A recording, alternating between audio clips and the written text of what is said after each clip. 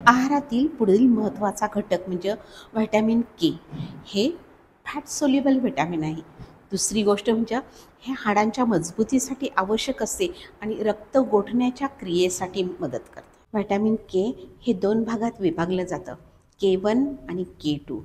K1 हे वनस्पतीजन्य घटकात आढळतं, पालेभाज्यांमध्ये असतं आणि ब्लड क्लॉटिंगच्या प्रक्रियेसाठी मदत करते.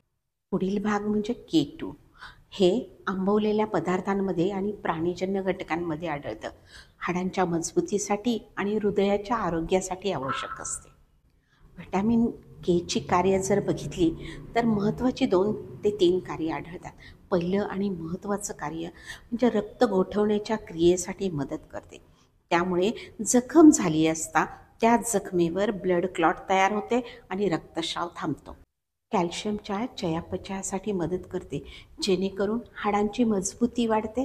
पुढील आणि महत्त्वाचं कार्य म्हणजे आर्टरीज कॅल्सिफिकेशन होण्यास प्रतिबंध करते. तर अशाच माहितीसह आपण पुन्हा भेटतोय एक पाऊल आरोग्याकडे. धन्यवाद.